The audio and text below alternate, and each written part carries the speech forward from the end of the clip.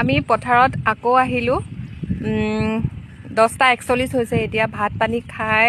আকৌ এবাৰ কিন্তু ছাতি লৈ আহিছোঁ ইমানেই গৰম পৰিছে ন ৰ'দ যেনেকুৱাকৈ ওলাইছে তাৰপিছত বৌয়ে এইফালে আৰম্ভ কৰিলেই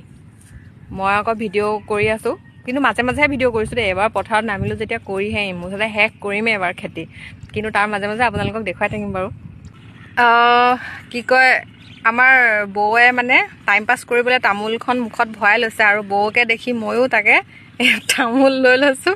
তামোল খাই খাই পূৰা কাম কৰিম চাওঁচোন কেনেকুৱা ৰগৰ উঠে মূৰত ধৰি ক'ৰবাত পৰি থাকিম নেকি যদিও নাজানো আৰু মুঠতে তামোল খাই খাইহে কৰিম আৰু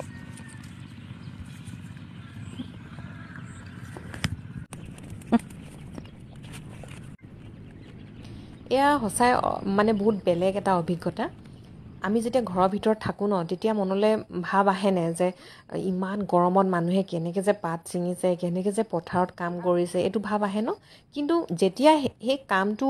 কৰি থাকোঁ ন সেই অৱস্থাত কিন্তু সেই অভিজ্ঞতাত সেই ভাৱটো নাহে যে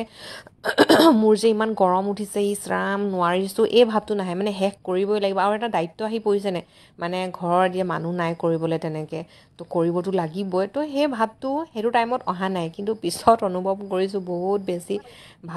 ভাগৰুৱা অনুভৱ পিছত হয় বাৰু কিন্তু বেহুচ হ'ম এতিয়া মই বেহুচ এনেকুৱা গৰম উঠিছে নহয়